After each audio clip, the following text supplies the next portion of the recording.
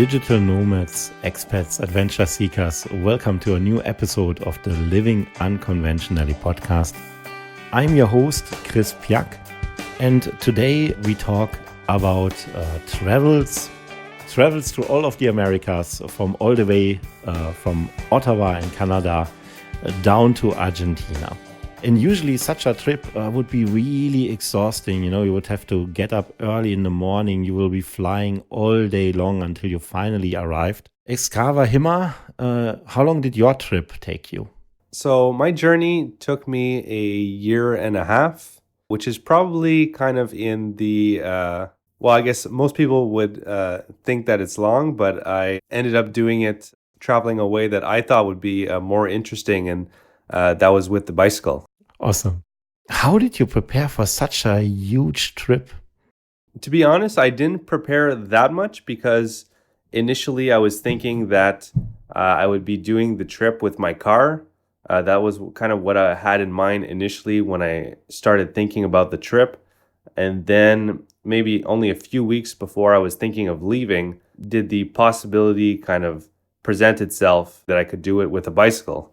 So I only had a few weeks, like 2 weeks, to get ready in terms of acquiring everything I needed to be able to start bicycle touring, because it was the beginning of October at that time, and I wanted to bicycle through the United States, which is kind of a northern enough country. So I would be kind of racing against winter. So I had to get going whether or not I was fully ready. Winter is coming.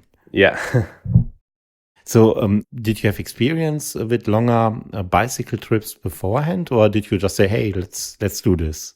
No, I didn't. And I think doing it the way I did it would not be maybe the best recommendation. I definitely wouldn't recommend that. The smart way to do it would be to at least do like a weekend or a week where you're bicycle touring and you can test out your equipment and, more importantly, see if you like it. But for me, I just kind of felt like inside, I just for some reason knew that I would love this, because I already liked bicycling, but I would only do so for an hour at a time just for exercise. Obviously, the idea of the trip was super interesting and exciting, but then I was imagining it in my car, and obviously when you're driving, you kind of have to keep your eyes on the road somewhat. So a lot of things kind of whiz by and you don't hear everything, you don't smell everything. There's some limitations in terms of where you can go with a car. Like you can't go in a forest with a car. With a bicycle, maybe you can. Just all these factors. And also the fact that with the bicycle, I just knew, me personally, when I exercise a lot, I feel better. So I thought I would enjoy the trip more that way.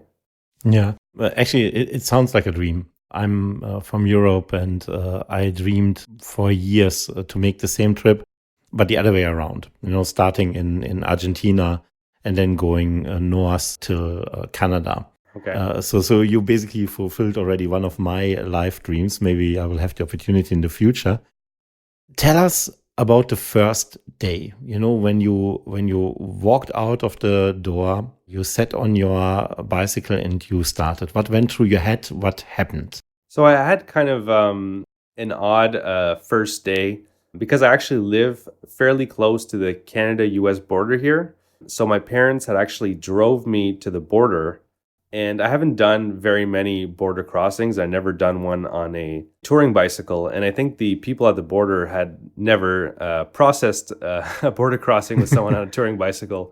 So they were very confused, and I made a few mistakes myself. One of them being they asked me for a specific itinerary, and I said, well, I'm bicycle touring. I think I will make it this far, and I think I will sleep here. And when you say I think instead of definitive terms, it can be taken the wrong way at borders. And they also asked me how much money I had on me, and I said I had $80 in my credit cards, which I guess they thought that that's all the money I had in my name, period. But I meant, like, because I took the question literally. Yeah, the literal sense on like how much like physical dollars do I have. So right after that, she walkie-talkied someone. I was like cross-interviewed the same questions by many people. Eventually, they let me through, but for a while there, I thought I wasn't going to get into the United States. They just kind of, I guess, had never heard of bicycle touring, so they all thought it was very odd, and they just kind of didn't believe me what I was saying. But they eventually let me in, and yeah, that first day was really emotional after that, because it was kind of a lot of hard work that the last 2 weeks, and even before, just kind of planning everything, deciding to quit my job to do this. And after all that, just finally being there and starting the adventure was definitely very emotional, kind of a euphoric moment that first day. Hmm. So once you were past the border, how far did you get on that first day? The first day, I did not make it very far because it was probably already like the afternoon when I started. I maybe did like 25 kilometers. And then I found a camp spot, and it was my first time fully trying out the tent and everything, which is another thing I wouldn't recommend. I eventually did manage to get it up, even though I finished in the dark. Yeah, I slept actually okay. And then the next day, I think I maybe did like 30 kilometers or so. And I felt like I'd really done quite a bit of bicycling because, again, I'd never been on a trip like this. Hmm. And then I think the next day I maybe did a little bit more. And then again, camping. And I was just in my tent and I was looking at my phone, and I was looking at the distance, and this is how kind of little planning I had done for this trip. And I just started doing the math on how many kilometers I needed to do, like in the US before it was like January. And I realized that I wasn't even doing like half of what I was supposed to be doing. And I felt like I was bicycling quite a bit. And then that's when it kind of dawned on me that no, I really have to be like bicycling like all day, like really hard, or else like, the winter is going to catch up to me. So that was kind of a little bit of a moment of anxiety there. But just day by day, I just started doing a little bit more, a little bit more. And I think the biggest change was just mentally kind of adjusting your kind of way of thinking, just so that you're comfortable on the bicycle for long periods of time. And then the more and more I did it, the more it's not even an issue being on the bicycle all day, just because you just enjoy it and that's what you're used to. And yeah. Hmm. What is a realistic distance that you can travel per day? I'm very sorry if I ask very technical questions at the moment. I'm just really curious. No problem. How many kilometers can you drive per day, especially when you later come into the roads that are not so well built out as in the United States, for example? So for the most part, just because of the setup that I had, which wasn't an ideal setup, I have kind of a bicycle that's meant for being on like a paved road with like skinnier tires. So that's mostly what I stuck to. So if I'm on a decent road and it's not like crazy changes in elevations, which I definitely encountered a lot in South America, then I can easily do over 100 kilometers. So anywhere from like 100 to, I think the most I did at the end of my trip was 165 kilometers in one day. It really depends, because 100 kilometers can be easier than another day where you worked harder and you only did 50 kilometers, just because you're in the mountains and it's much more difficult because you always have to be climbing, and then you go down very fast and then you're climbing again another big mountain. So that can be quite a bit slower. And if I'm going on gravel roads, then again, that would cut basically my time in half, just because I don't have a bicycle that's really good for that. So I'm not going as fast as if I had like a mountain bike. Hmm. I just, while you were talking, I was looking at Google at the distance that you traveled. Google Maps doesn't even allow me to mark the trip. Not even if I say by car. So it's what is the distance that you eventually traveled? Do you know roughly? I do know roughly. I really should have, now I think about it, calculated it, the total, but it is between 25,000 and 30,000 kilometers. Wow, it's amazing. How did your parents feel about this? Actually, surprisingly, when I first told them of my plans to do this, they were actually like really supportive, because they had actually bicycle toured in Europe when they were in university. It was a really great experience for them. So they encouraged me. But I think they kind of didn't think I would make it like into Mexico. I think my mom was like, okay, yeah, you'll do it for a little bit. And then, you'll get tired of it and you'll come back home. Hmm. But then when I was in the southern US and they were like, so are you coming back home? And I said, no, I'm sticking to the plan. I'm really enjoying myself. They were like, are you sure? Like, have you researched, what's in Mexico and stuff like that? And I had, and I felt comfortable because I'd read enough accounts of people traveling in Mexico. But when you live in Canada and the US, everything you see on the news about Mexico is all the negative aspects which relate to the drug trade. So there's a lot of violence in between rivaling drug organizations, and that violence is basically the only thing that Canadians and Americans see of Mexico. So most people are scared, but I'd read travelers' accounts, so I was feeling pretty comfortable about that. I was just wondering because I think it's fair to say that you are a pretty spontaneous person. Yeah. I can imagine that you had lots of adventures on the road, and I was wondering if you would share with us your most cherished moments, your most cherished experiences. Okay, so the U.S. had been really great. The people were super kind in general. Again, it kind of goes back to stereotypes and what your preconceived notions are, because the United States, maybe internationally, kind of gets a bad rap sometimes, probably due to politics and certain stereotypes and things like that. But the people were super nice and I really enjoyed myself. But I was really looking forward to Mexico because this would be the first country in Latin America. And I was really looking forward to that change of atmosphere and of culture and of everything, really. So I was getting close to the border. And like I said, I'd done some research. I was feeling confident. But then as I got to the border town of Laredo, I figured, oh, well, why not ask some locals if they have maybe any advice or any updates. This was still on the US side or on the Mexican side already? Yeah, so this is on the US side. So this is the day before I was planning to get into Mexico. So I started asking just random people. And the first person I asked about, advice for crossing the border and just getting to Monterrey, which was the first city I was planning to go to in Mexico, they just looked at me and said, you want to go over there? You're going to die.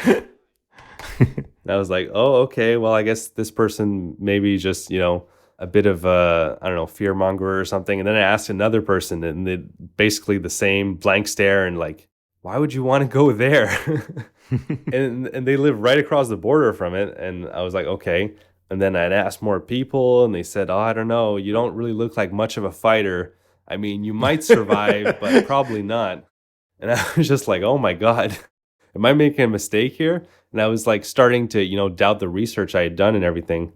But I said, what, I'm just going to stick to the plan. I'm going to go through anyways. And the night before, I'd actually slept in a church because I'd been refused by the fire department, which is something I did a lot in the US, staying at firehouses. And okay. And even the fire chief there told me, have you heard what's happening down there recently? I said no, and then he just kind of put lots of scary images in my head and then told me I couldn't stay there for the night. So anyways, I ended up staying at a church. In the morning, I crossed the border fairly easy, except for on the Mexican side. My Spanish still wasn't very good, so I eventually fumbled my way, I guess, through the customs there and made it inside. And yeah, now I was on Nuevo Laredo, which is the Mexican side, their border town. And I'm bicycling along. It's very early. I have kind of a nervous energy because of everything I heard, but everything seems kind of okay. But I still didn't want to spend too much time there because I'd heard that border towns can be a little bit dangerous. So I was making my way through town, and just as I'm kind of leaving Nuevo Laredo, all of a sudden my bike stops and I can't pedal anymore. And I look behind me and my wheel is against my frame. And I can't pedal anymore. The second I start to pedal, my wheel is firmly against my frame in the back. And then I start to get pretty nervous. I flip around my bike, and then people start kind of walking towards me, and I'm getting kind of scared. But the people that came to see me were just trying to help. And then I realized that I needed to get a new part. The part that goes through my wheel was broken, Hmm. kind of a stem type of part. And then I asked about a bike shop, and it's all the way at the other side of town. So basically close to the border. And I just finished going through the town. So I had to Hmm. walk all the way back. And I was still a little bit scared because of everything I'd heard. And people had told me, oh, Nuevo Laredo, don't stay there. There's no police. It's a lawless city. But Hmm. then as I'm walking through, I just see, moms bringing their girls to work, everybody just in the street, just talking, big smiles, laughing. And I just kind of realized that, no, this is just normal people just enjoying their day. People seemed friendly. So it was absolutely, not what people had kind of told me on the other side. Yeah, so I make it to a bike shop. I find the part actually in one bike shop and then the other bike shop to actually get it fixed. Hmm. I make my way through. Yeah, so that was totally fine. But then I was kind of behind schedule because of all that. I was planning to make it to a place where there would be a hotel, but I wasn't able to make it there. And I was just still in kind of the northern part, which I was told, was the dangerous part. So I was still a little bit scared. But I managed to find a spot to camp. And then Hmm. the morning after that, I just kind of was bicycling and I don't know, I felt okay. Every time I saw someone, everyone seemed friendly. And I just kind of realized that my fears weren't really founded. Yeah. I'm sure, I'm not saying there isn't violence in Mexico and some of these other countries, but I think it's very kind of contained to different organizations being violent with each other. As far as Hmm. it affecting tourists, that's very, very rare. And also, I think it also, I mean, anyway, most people are decent everywhere. Hmm. That's just the reality. And it also depends, of course, how you present yourself. For example, I lived in East Europe for a long time, in a time when it was still very wild there. Yeah. And I had friends who lived in Tallinn who got robbed in 6 months, 3, 4 times. Wow. And I lived there for 10 years. I have never been in any danger of any kind. But also, I didn't dress myself very flashy. I didn't get a lot of attention to myself. And it's just a very normal and modern city nowadays. Back then it was different when you would go out in the nighttime. But as long as you don't flash your money around everywhere, then usually you're fine. I find it so interesting that you choose fire departments to find a place to sleep. How did you get this idea? Well, actually, the first time that I stayed with a fire department, I was not planning to stay there. That day, I was started in southern Florida, and I was planning to finish or take a ferry close to the Alabama border. There was a little kind of island there that I wanted to check out, and I was bicycling, and then it was starting to rain, and then I got my first flat of the whole trip. So throughout the U.S., I hadn't gotten a flat yet. And actually, before the trip, I never actually fixed a flat myself. Before the trip, I'd only looked it up online. I looked at a YouTube video and I said, okay, I think I got it. But then when it actually happened and I looked at my bicycle, I was just clueless. And so I tried to start fixing it, and it was raining and it was actually cold at this time. Even though we were in Florida, when I was there, they had like kind of record cold temperatures. It was like late December, I think. And then I didn't know what to do. I just thought I would just start pushing my bicycle because I wasn't able to fix it. And I saw there was a fire station there, so I just went and asked them if maybe they could help me. They tried to help me. We realized that the tube I had was too big. I wasn't I guess the bicycle shop hadn't given me the right size for my spare inner tube. Hmm. So they actually called a bike shop nearby. One of the employees at that bike shop was a firefighter, and she worked at the bike shop as well. So she brought the tubes, we fixed it, and then I guess we were just getting along well. And they said, "Oh, well, you know what? Where were you planning to stay?" And I said, "Oh, I was going to camp somewhere, I guess." And they said, "Well, why don't you stay with us?" And it was a super modern fire station. I actually had a room to myself. got to take a shower, and then they invited me for dinner, and it was just really fun. It sounds like heaven after a long trip. Yeah, especially when it was raining and cold outside. But I have to ask: did you get to slide this pole? No, I didn't get to. I didn't even actually ask. Honestly, it looks a little frightening if you don't know what you're doing, because if you're not able to slow yourself down properly, it could go wrong. It's pretty high, no? You don't think about this usually. Yeah, I know. I wasn't even really tempted. Great. So now you're in Mexico. If you have to pick one experience from that time in Mexico that you loved the most, which one would it be? What happened? That would be difficult. I don't know that I would be able to really pick the specific one, just because I was in Mexico for 4.5 months. The country I was in the most. I really love Mexico. There's so much to see and do in Mexico, and also it's very affordable. It's not a very expensive country. But one of the moments that sticks out for me right now was in the southern state of Chiapas, which borders with Guatemala. Just that area, southern Mexico and Guatemala, there's just so much history and as it regards to the indigenous people who used to live there. So the Aztecs and Mayans and stuff like that.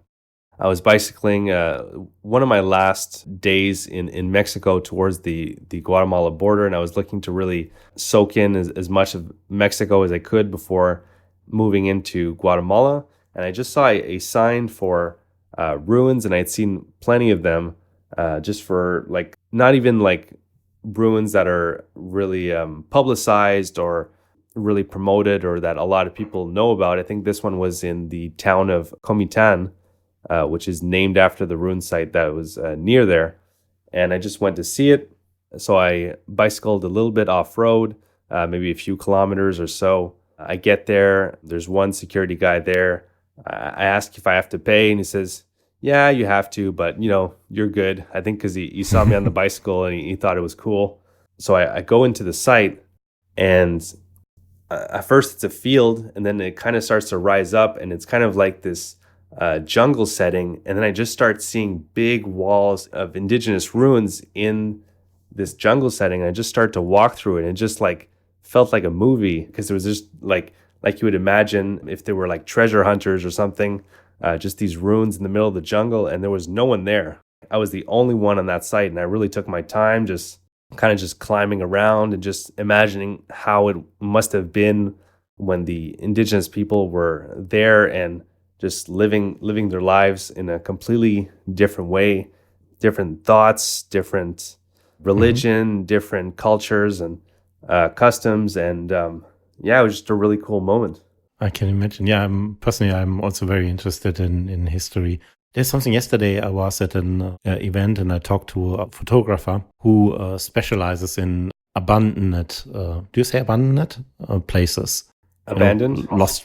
Abandoned, right. Lost places. So in the part in Germany where I live, we of course have ancient history, but we also have quite recent ruins from the past industrial age. I live in a very industrial area, and you have this huge industrial buildings as well. And somehow when you are in these places, there's a unique atmosphere. Wouldn't you agree? Yeah, especially when you kind of imagine, try to imagine what it was like before, or even if you know just a little bit. I think that really makes you feel something different. Yeah. On your trip did you you came through Costa Rica. Yeah. And Costa Rica is a place that I'm personally quite curious about, because you hear a lot about it, because it's so unique for many countries in South America, in the way that it's in many ways very advanced when it comes to civil rights and even environmental friendly issues. And so they are really leading the way. They are not only for America, but also for the rest of the world. Did you notice anything different there, anything unique compared to the neighboring countries? How was your experience of Costa Rica? Yeah, I definitely did notice some things that were unique about Costa Rica. I think the vegetation there was better than any country that I'd gone to, at least the parts of the countries that I had been through. really just kind of on another level in terms of the variety of the vegetation and just how big and how green everything was. It was really incredible. Also, just the wildlife, like if you just take some time to look at some trees, at the very least, see a lot of birds. But if you get lucky, you might even see like little monkeys and things like that. So yeah, that's what I remember the most from Costa Rica. Also, the people were super nice. I was bicycling one day and a car just kind of pulls along me and says, "Have you had lunch?" And I said, "No." "Do you like fish?" I said, "Yep." And then 10 minutes later, I'm at his house eating a super delicious meal, just talking with his family, and also amazing beaches. I didn't spend too much time on the beach because actually when I was in Costa Rica was the rain season. So it was raining quite a bit, but I still just really enjoyed seeing the beaches. Some of them had like really interesting rock formations like right along the water, and you would go there and you would see just hundreds of crabs and stuff like that. So it's, yeah, and in terms of conservation, I think Costa Rica is, I think one of the best countries. Like they almost to a point where some of the people think that they've gone too far just because they conserve so much land with natural reserves and parks and stuff like that the people like are really limited in where they can actually live just because you're not allowed to live in so much of the country because it's all protected. All of the coast of Costa Rica is all public. Like you're not allowed to have a house on the beach and it be private property because the beach is always going to be public land. Mm-hmm. Yeah, that's actually pretty similar in Europe as well.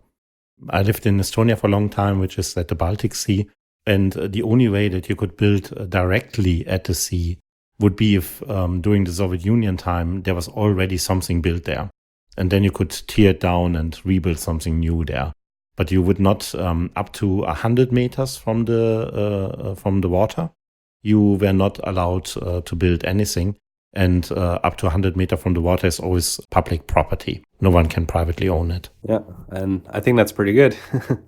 Yeah, I completely agree because you want to enjoy the place where you're living in.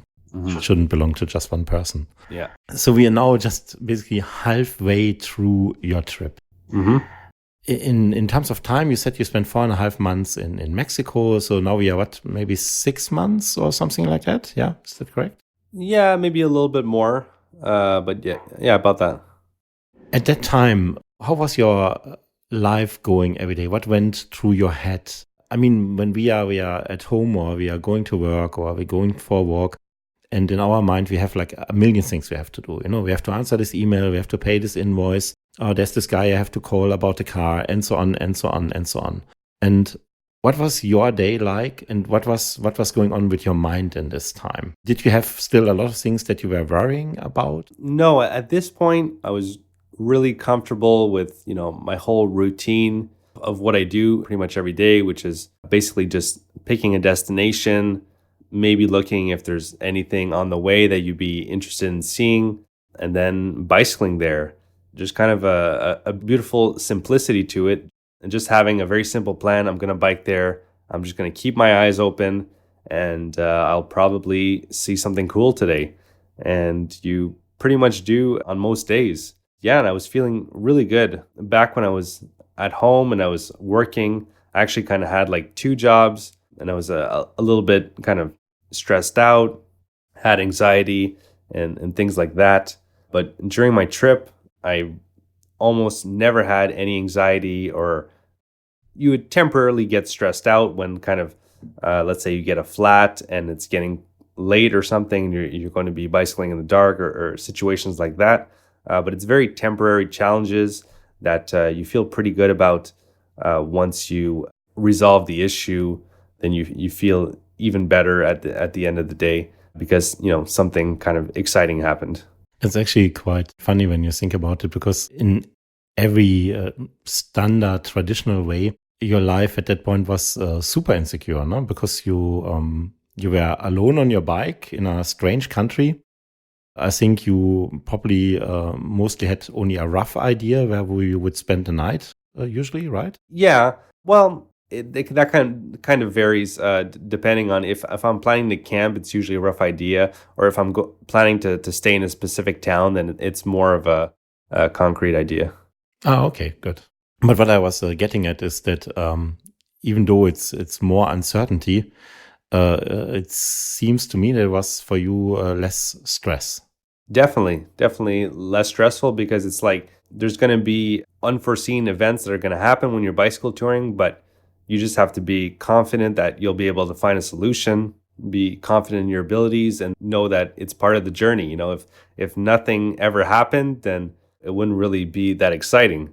So you almost kind of want something to happen, because it kind of can get your adrenaline pumping, and it's kind of a fun challenge. Mm. From all the people that you have met during this 1.5 years, which one do you cherish the most, and how did you meet this person? That's a good question.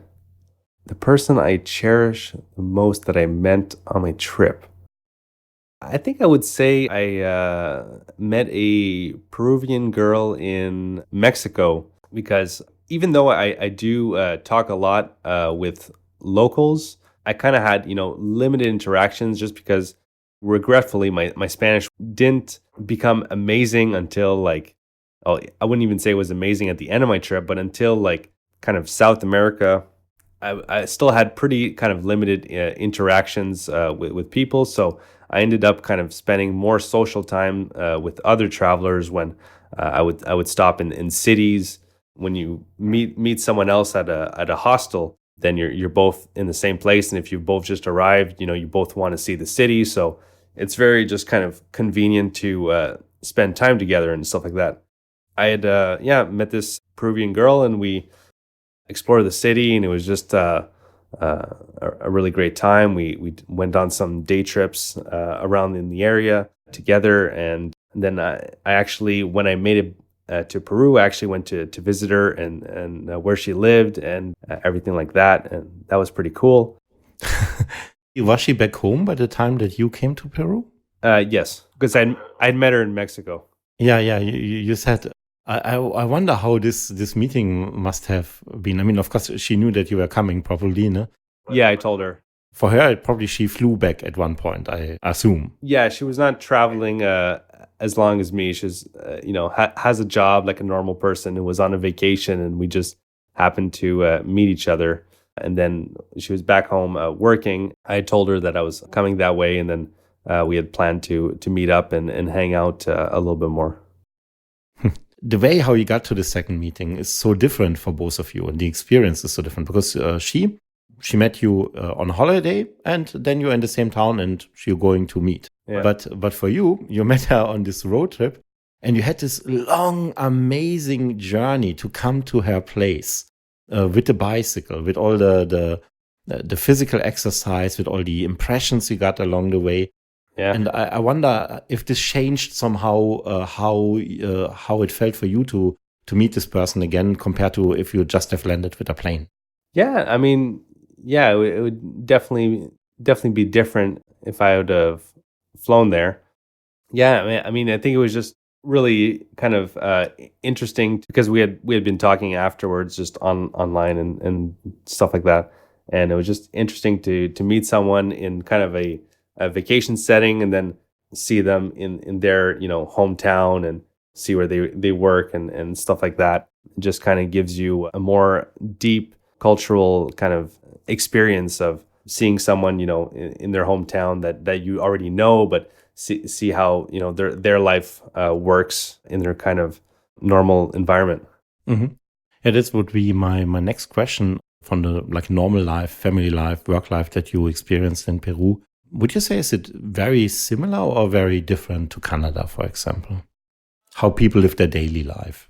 It's pretty different. Obviously, there is going to be some similarities. Like in a big town, you'll still have similar institutions, like a hospital, a police station, a school. But I mean, it does feel very different. I find just people are a lot more relaxed. They stop to talk a lot more. Obviously, have different beliefs and stuff like that. But at the same time, like you said, people are people. When you talk to people that live in completely different parts of the world, they still have similar problems and things that they like and dreams that you would have talking to someone in Canada or in Europe, but it's just kind of in a different setting that also imprints on them somewhat. But yeah, people are kind of people wherever you go. Yeah, yeah. So we are now already in South America. And when you think about the rest of the trips, what would you say? What is the places that you want to show us in the time that we still have left on this podcast? So the countries I think I really enjoyed the most, Mexico, that I've already talked about, just because there's just so much to do in Mexico in terms of ruins, beaches, mountains, jungles, great food, great people. I've also really loved El Salvador, despite, again, a lot of the things you might hear about El Salvador, like high crime rate, might make people not want to go there. But the people there were just super friendly and super fun, and I really enjoyed the people there. Also, a lot of volcanoes and great hikes and amazing jungles, and it was very green as well in El Salvador. Maybe not quite as much as Costa Rica, but also very beautiful. I also really love Peru. I really like that I did my trip the way that I did it, from north to south, because I feel like the landscapes just kind of were getting better and better and better as I was going further south. The mountains would just get bigger. And at that point, because I had already kind of been working up my physical ability, I didn't really mind climbing through the Andes. And I was well rewarded for doing so, with just immense vistas and views that were just really breathtaking, kind of on a daily basis, going through the Andes in Peru. Yeah, this is this is a proper these are proper mountains, there's like the Alps in Europe. How high is it there? So when you're bicycling in the Andes in Peru, you'll often be at over 4,000 meters in elevation. Wow. So it's pretty high. It must have been great fun after the Andes. Andes? How do you say in English? Andes. Andes. That sounds so wrong, to be honest, for a European. I can imagine that the second part of that trip must have been also a lot of fun, because then, of course, you start to go down quite a lot, which is a nice reward, but actually can also be quite testing or not. Yeah, do you mean going like downhill? Yeah, exactly. No, because my first instinct was, oh, nice, it's going downhill. But if you go 4,000 meters downhill, I think you have to pay pretty close attention or not. Yeah, you definitely don't want to be going too fast, especially when you're in these mountain roads. A lot of the time, they would be like one lane of width, if that.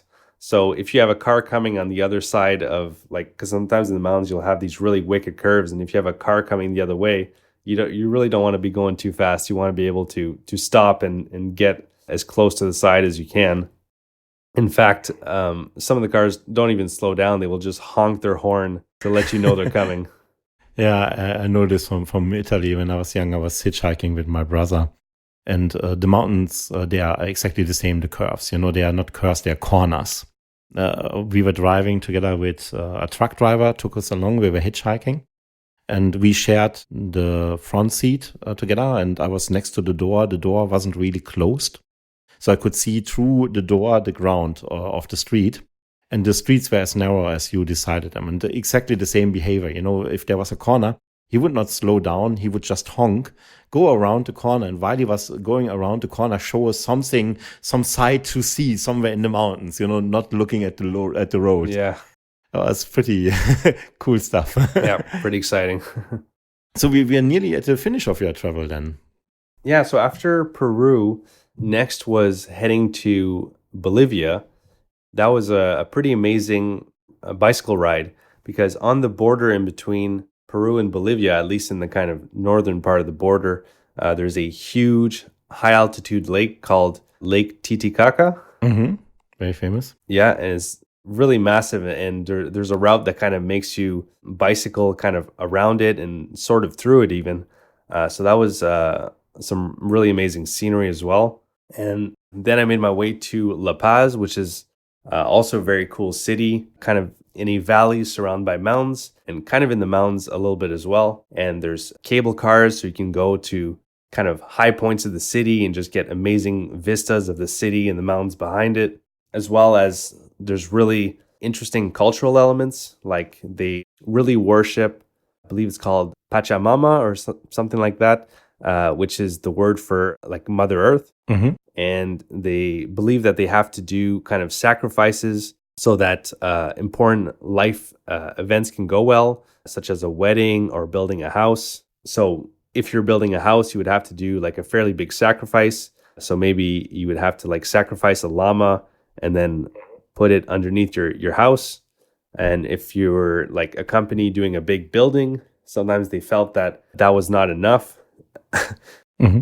They would actually, I don't know if this is too graphic for the podcast. No, go ahead. Go ahead.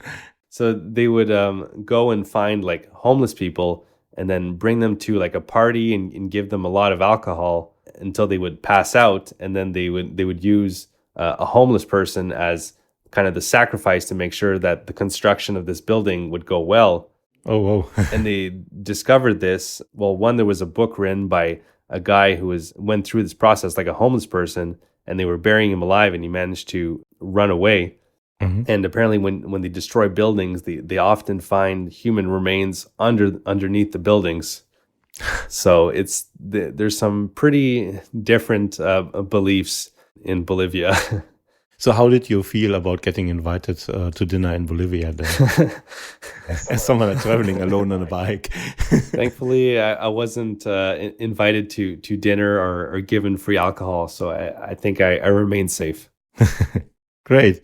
Yeah, and then Argentina, your last station in this trip, which is a pretty dumb thing to say, I just realized, because Argentina, it's not like it's thousands of kilometers of squares. Yeah, it's a pretty big country, and it varies a lot. Just south of Argentina, so in the northwest part of it, is kind of like a desert, but still has kind of some cultural elements that resemble Bolivia. It's a little bit more kind of indigenous, which isn't really the case as much for the rest of Argentina. And just the scenery there is also very unique, kind of like Arizona or Utah or New Mexico in the United States. If you've ever seen kind of pictures of the rock formations there, you'd see some similar stuff here, just like incredible rock formations that you have no idea how that would be made, just because there's no water because you're in the desert, but I guess there was some at some point. And just mountains of different colors and amazing scenery there. And then I eventually made it to Patagonia, which is the kind of southern part of Argentina and Chile, the kind of border area where the Andes go through. And that was just bicycle touring paradise. I mean, just the scenery was amazing, really desolate, so very easy to find places to camp. Yeah, and the weather was just great when I was there as well. So it was really some amazing times. And yeah, I definitely recommend Patagonia for anyone thinking of doing a trip to South America. Xavier, thank you so much for taking us on this amazing trip of 1.5 years. Now you're back home in Canada, but you already plan your next trip, as I understand. For those of our listeners who got curious about your story, how can they follow you and how can they accompany you on this journey when you go next on the road? Yeah, so as I was doing this trip, I just kind of felt like the more and more I did it, the more and more I loved it. And I was always looking forward to getting back on the bicycle every day. Since I still have a few dollars in the bank, I kind of want to keep this trip going as much as possible. So I'm actually planning next on flying to, once I'm ready, flying to Southern Africa and going up the eastern part of Africa, which I'm pretty excited for. That trip, as well as the videos that I made of my journey going from Canada to Patagonia, all that is available on my YouTube channel. called Hum of the Earth. It's spelled HUM for Hum of the Earth. So I have a bunch of videos there documenting kind of my journeys from one place to another, as well as specific videos of the different things that I've seen, like cities or maybe an archaeological site or maybe a hike on a really beautiful mountain. So if you want to follow the journey, you can do so via video and just kind of I'll take you along. Awesome. Xavier Hum was this. Follow him on YouTube on Hum of the Earth. And of course, we also link to your YouTube channel in the show notes here in the description. My name is Chris Piak. I'm the host of the Living Unconventionally podcast. If you haven't done so, subscribe to this podcast. And if you feel very generous, leave a review wherever you are listening to the podcast. And join us again next Monday with a new episode of the Living Unconventionally podcast. Bye-bye.